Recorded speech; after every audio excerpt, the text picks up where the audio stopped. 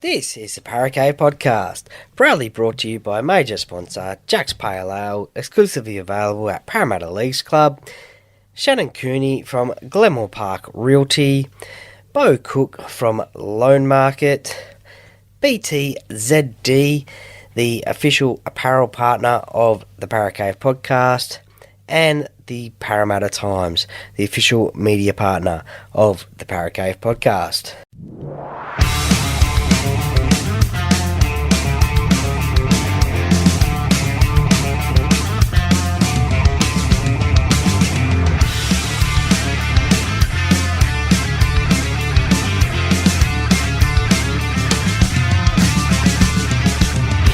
Welcome to another episode of the Paracave Podcast. And now over to your host, Troy Warner, broadcasting live from the world-famous Paracave.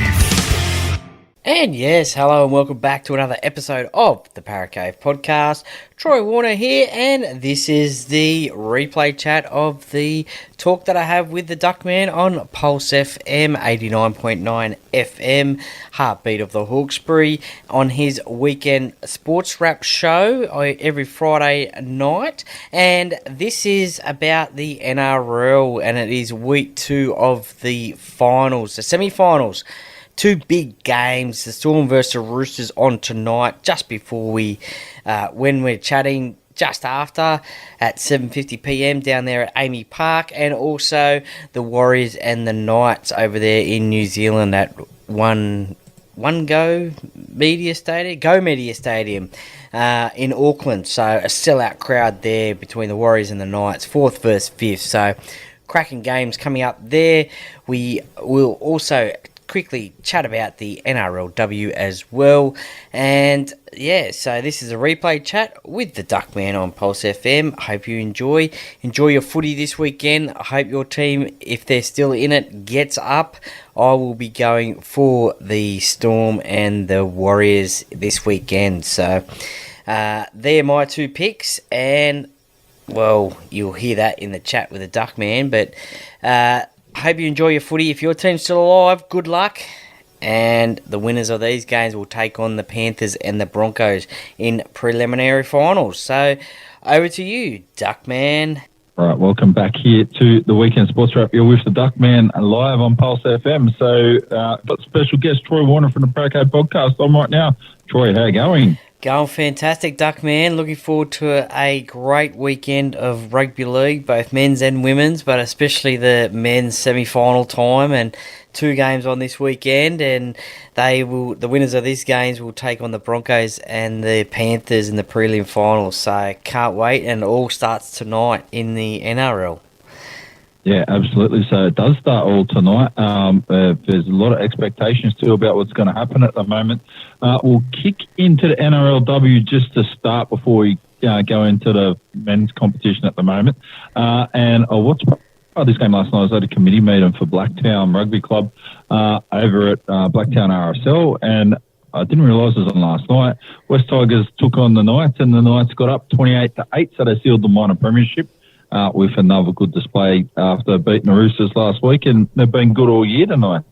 Yeah, definitely. Last year's defending premiers in the NRLW, and this game was actually moved from Campbelltown to Leichhardt Oval due to the smoke haze in Sydney at the moment. It's clearing at the moment, but this game was moved to Leichhardt Oval, another home of the West Tigers. But look, the Newcastle Knights, they actually got into this year's premiership as second favourites. The Roosters are favourites, but their domination so far this year has shown that they should be probably premiership favourites at the moment, and they just roll on and got the win last night, got the minor premiership. I think they're first in NRLW history, and so they're looking forward to semi-finals. They can just sit back this weekend and see who they're going to play this weekend. But look, the Tigers, their first year in the competition, they had some good moments. They had a good win against Parramatta in their first game.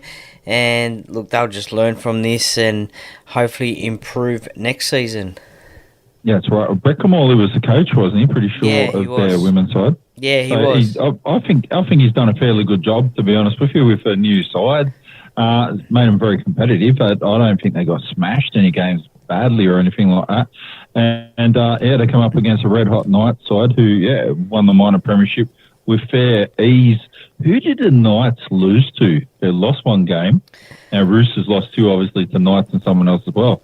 I can't remember who they lost I think the Knights lost to the Cowboys early on in the season, which was a bit of a shock win, I think, for the Cowboys, one of the other new teams in the competition. So, a great win for them.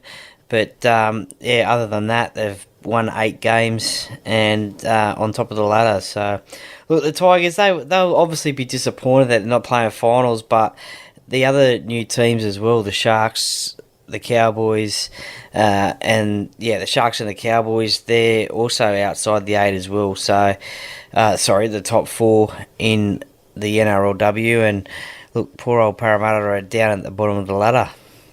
Yeah, that's right. The Roosters, so they were red hot favourites this year, so they were flagged to win the comp. Millie Boyle's just signed for them. They got a pretty stacked outside, to be honest with you. And, they got the Cowboys tonight. They would have expected to win last week. They're probably still expecting to win the grand final, which I'd say is probably a fair judgment of the level of ability they got in the team.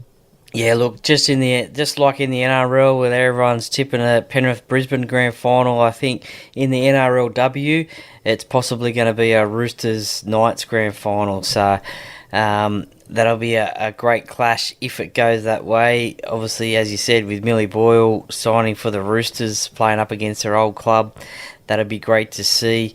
But the Roosters, 6 p.m. against the Cowboys on Saturday. They'll be up for this game. Obviously, they can't get the minor premiership, but they'll just want to get confidence again and get the win and looking towards the finals. Yeah. Could you imagine the Roosters and Knights making the NRL grand final itself? That would be massive, wouldn't it? I mean, last year we had Parramatta make both the men's and the women's grand finals, but as you suggested there, if the Roosters and the Knights make the grand final in the men's and the women's, that'd be something special and something historic for sure. Yeah, it would be nearly unbelievable, to be honest with you. So if they could do that, it would be a first, I do think. We'll keep on kicking on here anyway. Dragons and the Broncos. So I think the Broncos are going to win this. The Dragons are a pretty good side too, though, in the NRLW. So the Broncos will have their work cut out for them. But I would say the Broncos are really the outside chance outside of the Knights or Roosters to probably win this competition this year. Yeah, definitely. Look, this is a massive game for the Broncos. They sit in 4th place on the ladder and they've got the Raiders breathing down their neck. So if the Dragons cause an upset and beat the Broncos and the Raiders win, then the Broncos will miss the finals. So a massive game for the Broncos. In saying that, it's the Dragons' last game of the season. It's at Netstrata Jubilee Stadium, Cogra Oval. And look, they've had periods where they've played some really good footy. Tegan Berry at the fullback position, she's been outstanding this season. Obviously, Racey McGregor, the captain, is leading them around. But look, you never know what's going to happen in this game. They play some pretty close games, these two sides. So last time they played last year, it was a 1-point victory to the Dragons.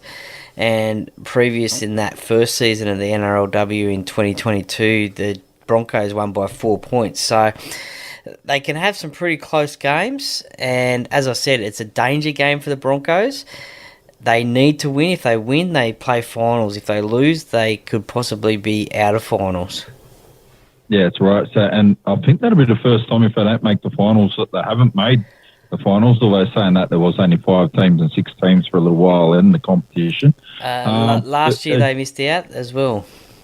Oh, there you go. Yeah, so I remember when year. And it was a shock because they were expected to win the comp last year. So yeah. Yeah, well, they won the first, I think, 3 competitions in the NRLW, so they were pretty dominant. And yeah, it was a big shock that they didn't make the finals.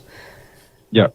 The Eels up against the Sharks, so the Eels are sitting in last at the moment. They only have 1 win so far. I'm going to jump on the bandwagon here. I reckon the Eels are going to win by 16, 16? Against the Sharks. Okay, well, I hope so. Look, the poor old Eels, they made the grand final last year. They've had a lot of players leave at the start of the year. They've also had injuries to Rachel Pearson and Elsie Albert as well. They're two key signings for the year. Rachel's a captain and halfback playing in this game. Elsie, she was ruled out for the season a few weeks ago, unfortunately. So that hasn't helped. Kennedy Cherrington is back as well.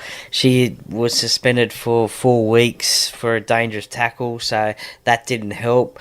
It's been a rough season for the Eels, you could say. But therefore, on the other side, the Sharks as well. A lot of sort of, I think, maybe expectation on the Sharks to make the finals. They've got some pretty good players in their side, so like Emma Tonagato, Tiana Penatani, Jada Taylor, Taylor Preston at halfback, Ellie Johnson in the prop position. So they've got some good players there. They probably just haven't gelled to make finals, and in saying that, it's their first year in the competition as well. So, look, I really hope the Eels can go out with a bang and win this game. The men's team showed how it's done by beating Penrith way back a few weeks ago in their last game of the season. So hopefully the Eels women can do the same thing. Yeah, that's right. And the last game of the round for the NRLW is the Raiders, who need the win, up against the Titans at Canberra. So it's going to be a hot week. It wouldn't be a good day down there when it's hot either, because I know what Canberra gets like when it gets hot. And it's either freezing cold or it's very hot. Yeah, look, the bookies can't split it. They're even at the moment. So this is going to be the game of the round, I think. Look, even if the Broncos do win, the Raiders still have a chance of getting into the finals if they win. I think the differential is about 23 points. So if they can beat the Titans by 24 or more, then the Raiders will sneak into the finals and the Titans will drop out. So this is a massive game, and I think there'll be a big crowd down there. It's a part of a double header down at GIO Stadium in Canberra. The Eels and the Sharks playing first. So this is going to be a great game to watch. Both teams have been in form, and yeah, I can't wait to see this one. Yeah, that's right. I reckon it'll be a very, very good game as well. So looking forward to that. We'll bounce on into the NRL games here. So going to ask you about a bit of NFL after this too, by the way. Yeah, no worries. So got the Storm on tonight up against the Roosters, 7:50 kickoff. Melbourne just looked mentally a little bit defeated after Xavier Coates getting injured and Pappenhausen getting injured last weekend. I still think they've got too much class and should be able to beat the Roosters, because the Roosters' task is just keep winning, and I think it's too big a task for them just to keep doing week after week after week. So surely if Melbourne can get everything together and avoid any further injuries, I think they're the favourites at the moment. Yeah, I think Melbourne are. They're playing at home. They've beaten the Roosters twice this season already. But the Storm, they've got their injury problems. The Roosters have got their injury problems. They're rivals. Obviously, as you said, Ryan Pappenhausen is out. Xavier Coates is out. The big one yesterday, I think it was Jerome Hughes, Melbourne's halfback. He was ruled out as well, so Cameron Munster's going to have to step up in this game if Melbourne are any chance of winning. Tyron Wishart comes into the halfback spot, but the Roosters, they've got their injury problems as well. Billy Smith, Joseph Manu, Joseph Swali as well, so they've got a relatively, well, you could say an inexperienced backline. Probably only Tedesco, Keary and Walker are the sort of experienced ones in there. Paul Momorowski comes into the centre position for Joey Manu. So, look, he's played in a grand final for Penrith before, has played a lot of New South Wales Cup this year. So, the forwards will have to step up. And, look, I think this is going to be a massive game for Victor Radley. We've seen Lindsay Collins this year. He's been outstanding for both Queensland and the Roosters. So, no doubt we'll see the same from him. And Brandon Smith going down to Melbourne again and playing against his old club in a final. That should be a really interesting one. particularly if the Storm win, they're going to absolutely baste him. They're going to give it to him huge to fans. And he'll buy into it as well. So I can see him getting himself in trouble here if the Roosters win. So he'll do something stupid because that's just the kind of guy the Hectic Cheese is. So wouldn't he change his name from Hectic Cheese to something else now, didn't he? I think change it to like Off Cheese or something. I don't know. I think there's been a bit of banter between Smith and the Melbourne Storm. I think he called their performance against the Broncos putrid or something like that. So no doubt he's having a bit of a barb at a few of his ex-teammates there. And look, that'll be interesting on the field. And I think he's just got to keep his cool and keep his head on the field and hopefully not get sin-binned. And otherwise that'll hinder the Roosters' chances. But I think the Storm will get the win down there in Melbourne and take on the winner of the Warriors or Knights. The Broncos. Take on the Broncos, sorry. Yeah, that's right. So he is a bit of a special unit, to be honest with you. So Brandon Smith. So if there was someone who was ever going to get suspended for a grand final, if the Storm or Roosters, if either of them could get that far, I'm putting my money on Munster, miss out, and Hectic Cheese to miss out because he's just that kind of guy. He's a niggle. I don't know if I was playing on the field against him, I'd have to hit the guy, so it'd be annoying me too much. So he'd be getting lined up after Joey Manu, and I'd go looking for Joey Manu. Yeah, sorry, the winner of this game takes on the Panthers in the prelim final. Yeah, I don't think they're going to have to worry about making a grand final, something's telling me. So they're getting a lot of... So the big thing is Penrith and Brisbane, I don't see any major injuries other than Luai out for Penrith at the moment. The Storm are falling apart, and Roosters, well, they're not in a better position either, really. So they're going to come up against two really good sides in the next couple of weeks if they can, whoever gets through this next game. Tomorrow afternoon, so this one is the big one. I reckon this one could definitely go either way, probably much more so than the other game. The Warriors and the Knights. So I would think the Warriors are going to win. At levels of field with Sean Johnson supposedly looking like he's going to be out injured at the moment. If I was the Warriors, I probably wouldn't play him either because they've got a really good chance of getting through this without him. They need to be able to play without him. And they might need him all hands on deck next week if they got the Broncos. Yeah, look, that's what all the talk has been during the week. Is Sean Johnson going to play, yes or no? He has been named, and I think he will play in this game, even though, as you said, maybe it could be best to rest him this week. But I think an elimination final in New Zealand, I think he has to play. Even if he just plays a sort of a role that sort of Cooper Cronk played in the grand final if he was injured. I mean, obviously they're different injuries, but if he can just lead the team around and do his thing, then maybe that could be a good thing. But I think he'll definitely play. This is a massive game. The Newcastle Knights, 10 in a row. Dane Gagai came out during the week and said that the 10 in a row doesn't matter for Saturday. It's that game that counts. Don't worry about the 10 before.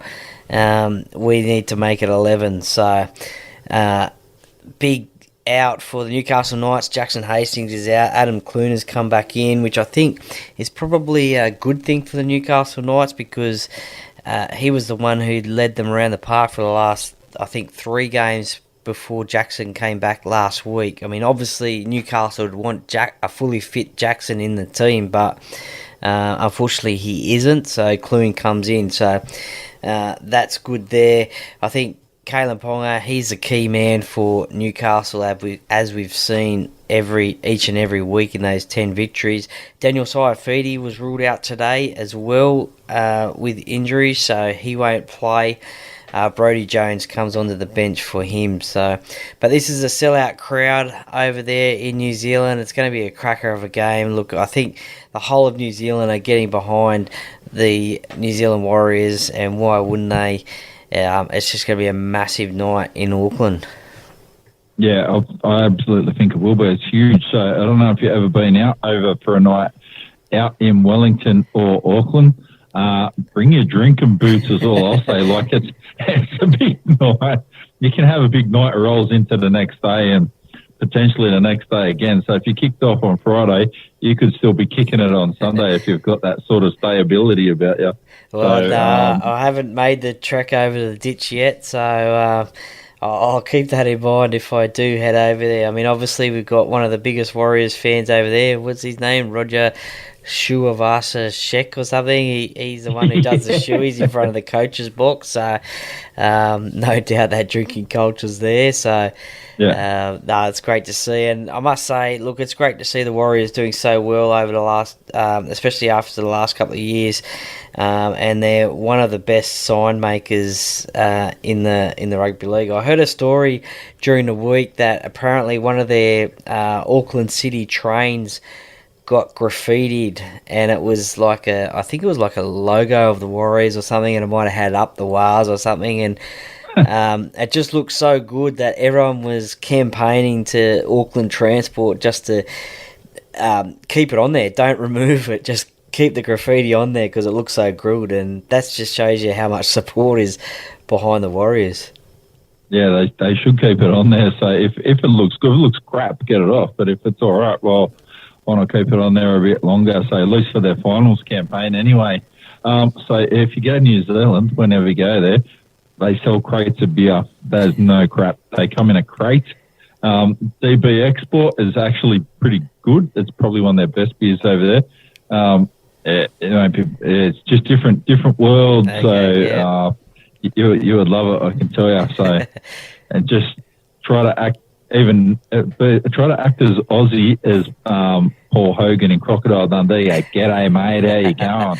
They love it. I'm telling you, they eat it up, so they think it's the best. So well, it is if the Warriors of fun. play Parramatta in the coming years, I'm going to try and get over there. So I've made a few New Zealand Warriors fans through social media. So hopefully I can catch up with them and they can show me the sights and delights of New Zealand. So maybe one day I'll get over there. Yeah, I want to get over there next time I'm there and get a bit of Duckman TV action happening as well, and speak to some of the Kiora brothers over there, and we'll see how it all goes. And it'll be a lot of fun.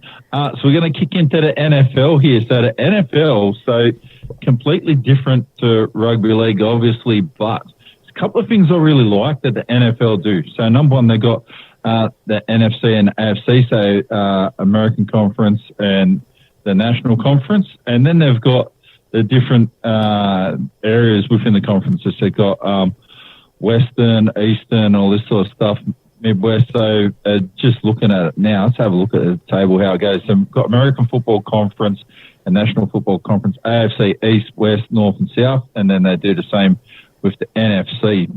I really like that setup, right? I think it's an intelligent approach.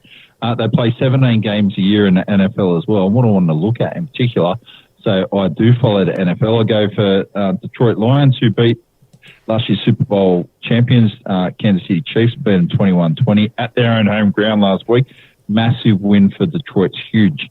So the NFL, what I want to compare it to the NRL, they only play 17 games. They've got 32 teams. Should the NRL or 30 teams, should the NRL be looking at the same sort of thing? Because they're talking about expansion and all this all the time. So let's have a look exactly how many they got. 4, 8, 12, 16. So they've got 32 teams, right, in the 8 different conferences. 8 different conferences they've got. The NRL keeps talking about more expansion. I like the idea. The fact that they're going to go this 9-9 split and play everyone in your conference twice and everyone else another one once, I think that's dumb. I like the idea that NFL, what people want, they have people wanting more because they don't play too many games. They don't play everybody once or twice or anything like that. So I think that can really grind the competition down into the ground. So what they do with their format, you don't play every team every single year all the time. It's actually pretty good, the setup that they've got. Should the NRL, like for example, I'm going to 18 teams now, should we have 3 conferences of 6 maybe where you play everybody in your conference twice and everyone else in the other conferences once? So, and you could base that on positions as well. So 1, 2, 3 in first, second or third conference, and then if you finish 4th, you're in with 1, fifth, finishing with 2, and so forth and so forth. So it can mix up and change around year by year, or you could even do it geographic like NFL. Do you think that's got a place in rugby league at all? Yeah, look, I suppose it just depends on the amount of teams that you have. I think a similar sort of idea has been floated before. We have the sort of conferences, or like 2 conferences. I guess you could have like all the Queensland teams into one. I think you could have like Melbourne and Canberra and maybe St George Illawarra, maybe something like that. And a couple of others close together, have maybe 3 conferences. And I think, though, you do have to play everyone. In my opinion, I think you got to play everyone once, at least, in the competition. And then I don't know how it would work if you were to play. You'd have to work it so you could play everyone or other teams twice, because obviously there's at the moment 17 teams, there's 27 rounds, or there's 24 rounds because there's 3 byes at the moment, only because of the uneven amount of teams. So if you get that 18th team and then maybe look towards 20, because I mean there's talk about PNG coming into the competition, Perth, maybe another New Zealand team, possibly another Brisbane team. So that's about 4 teams. That'll bring it up to 20. There's always that big debate about whether there's enough players to go around in each new team. I think that would spread out the competition a little bit more if players were going to other teams. It just you see year after year you see the champion teams up the top, because they've got all the same players all the time. I think if that's spread out, then potentially that might even up the competition a little bit and you'd see different winners. Look, I think it's got a little bit of merit. I don't know how it would work, but you definitely need to play everyone once, and then I don't know how they'd work it to play those other teams twice to make up the rounds. Yeah, so how I wouldn't mind saying, because I know you go for San Francisco 49ers, they beat Pittsburgh Steelers the other day 30-7. How I think I'd like the picture to look like, so is the 18 teams, the 3 conferences of 6. You either play everybody that you're not in your conference twice and everyone in your conference once. Geographical is probably much better, like we were saying, because then they got more buy-in to it. It's they've got more teams in closer areas to be able to do it. Like we have Perth. Obviously, Perth's going to have to go on some sort of Western Cup. Like I don't know how you would work out how you want to do it, but at the moment, it can't be just 9 Sydney teams and everybody else and lump everyone in. That doesn't completely work. So, but I do think putting geographically all the Brisbane sides together is probably a good idea. Perhaps along with the Warriors, and you could split the Sydney side somewhere down the middle. I do think it'll get to the stage where what will happen might be, so there should be salary cap concessions or something to perhaps move players on. I even thought a draft, so they've got drafts in the NFL. Maybe you could move every player or every club's got to nominate up 3 people or something that are eligible for the draft each year.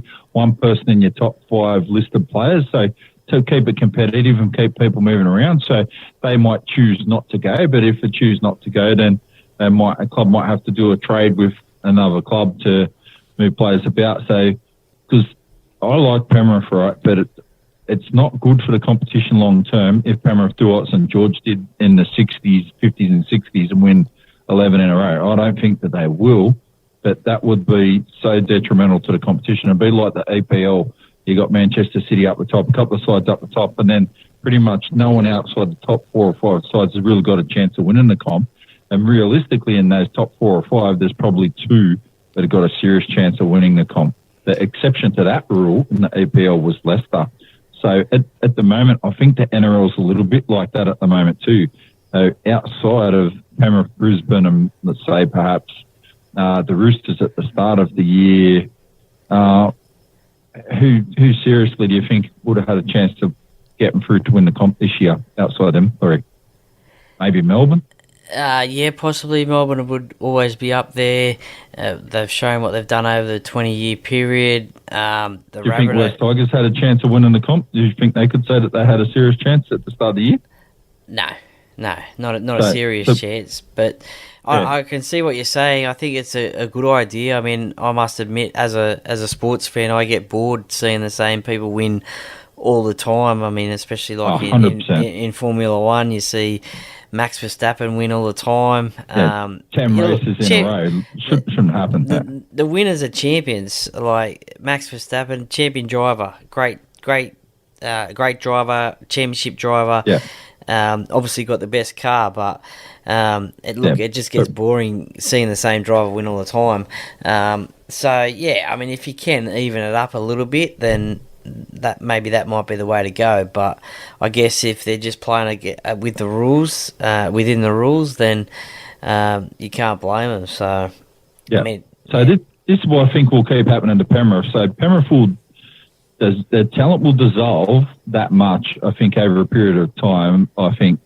And it's on the back of success, right? So success breeds success and means the players are valued at the higher levels of money.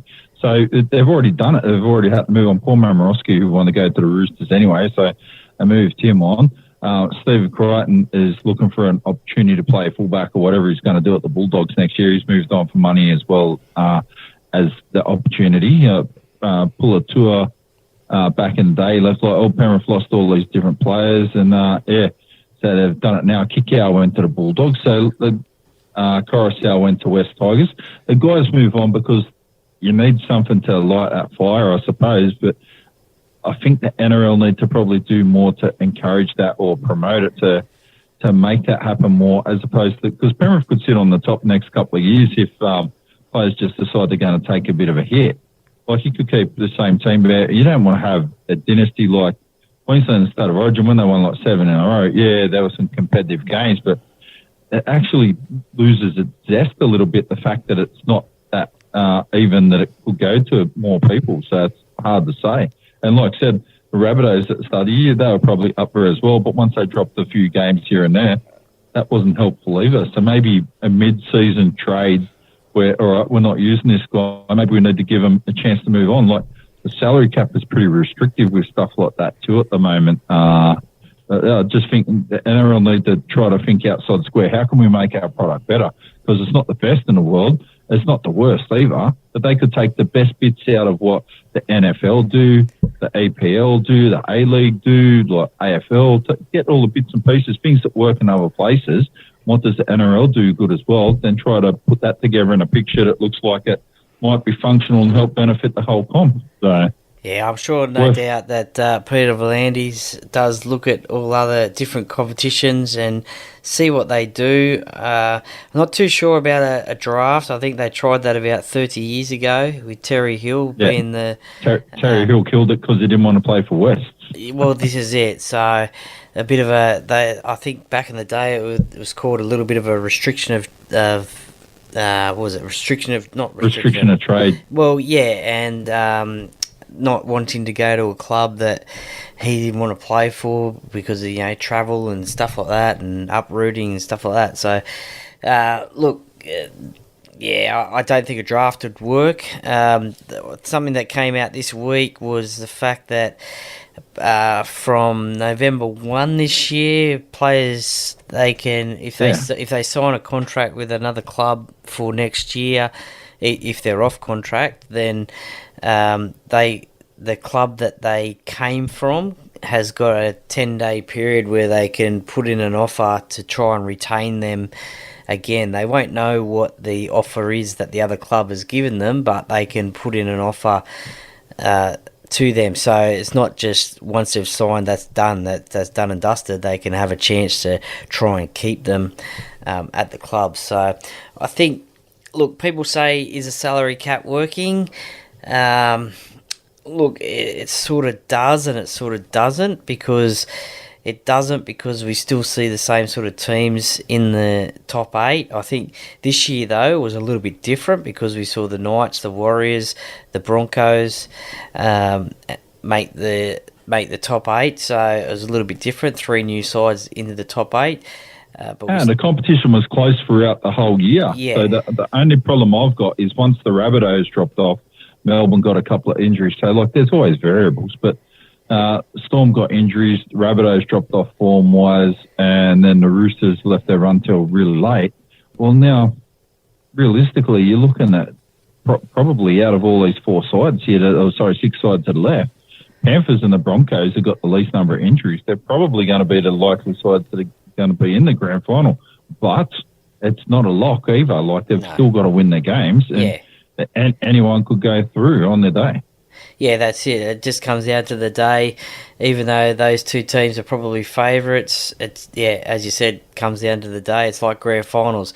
It comes down to the day. I mean, look at 2001 when Parramatta made the grand final. Everyone thought, they're a shoo-in, but then Newcastle turned it up, and one of the biggest upsets in rugby league history. So, it just depends on the day. And if, as you said, this year's competition has been the probably closest ever, and we've seen some results go each and every way, so it was great to see a few new teams in the top 8, and disappointing to see others outside the top 8, but closest ever.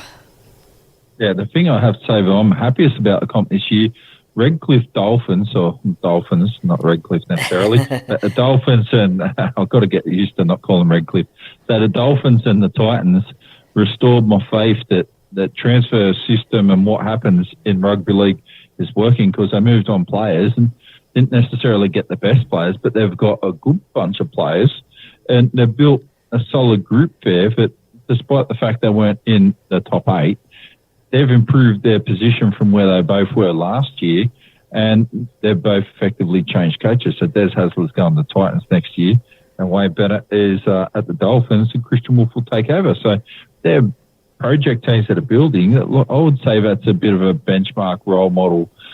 West Tigers got to look at. There's political factions going on there that are not good for the club, and I don't know how you fix it, but they've got to do something about it. Well, they might well be staring down the barrel of another wooden spoon next year. A lot of people are saying Justin Pascoe is the reason why the Tigers are going so bad. He's been there for 9 years, nearly 10 years, I think, and they haven't made the final since he's been there. So a lot of people are calling for him to leave the club, and then maybe something might start happening. Yeah, pretty sure in his last year as at Penrith too that he managed to help us grab the spoon, snatch defeat from the jaws of victory, and we ended up with a spoon. So I didn't particularly like what he did at Penrith Fever. I don't think he managed his business handlings well from what you can see publicly. You don't know what's going behind the scenes. You never find that much info out, but publicly it didn't look, it just wasn't that good. So at Penrith, I suppose they used to Roger Cohen, who ruled everything with and Don Felter, so ruled everything with an iron fist. So it was their way or the highway. So anything different, people have got to get used to that. I think what works now is pretty good, but it's always a change. I do hope West Tigers are more competitive next year at the moment, because if they're at the bottom again, there's people already talking about why don't they do a merger or something like that. Well, it's a reasonable sort of request. Like, who would I merge them with if they needed to? You'd probably look at geographical thing again. It'd be looking at a Bulldogs, so that would make sense to cover sort of the southwest of Sydney in a big concentrated area and put all your resources into one basket instead of having it divided all over the place. Gus wouldn't let that happen, but...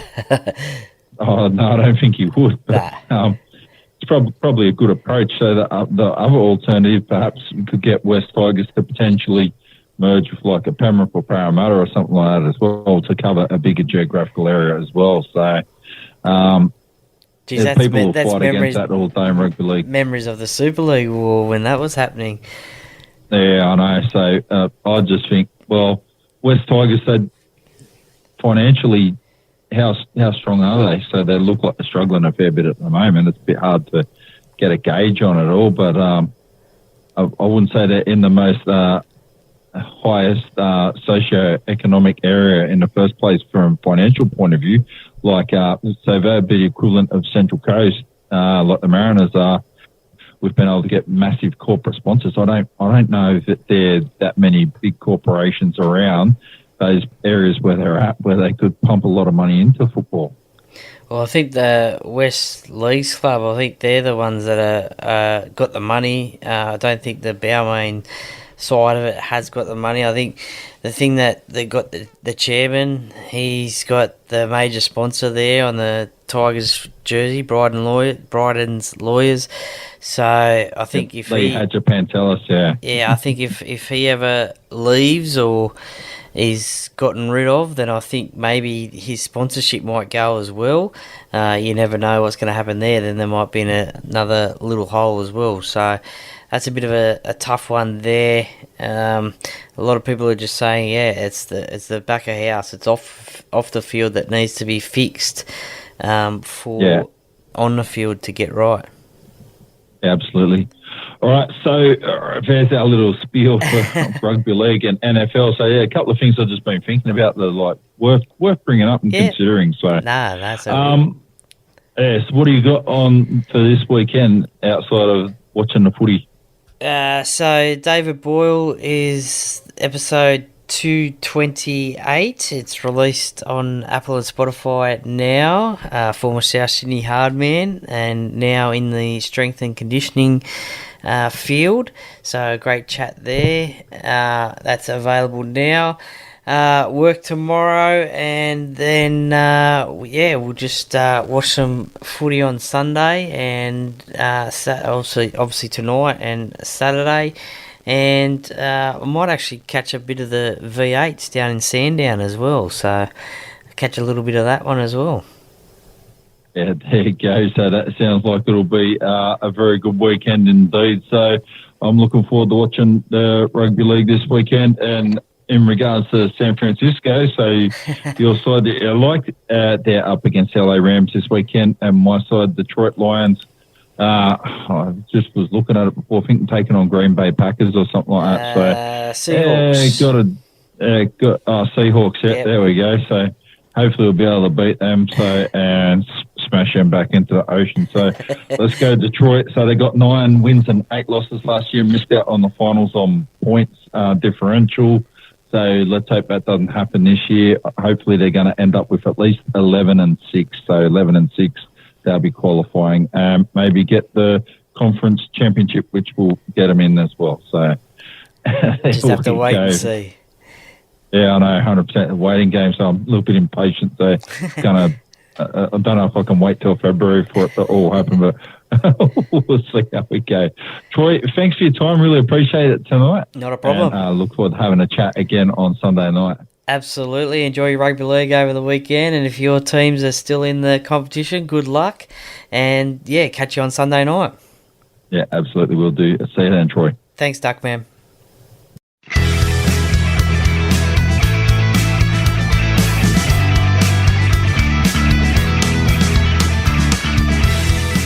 Thank you for listening to another episode of the Paracave Podcast. See you next time.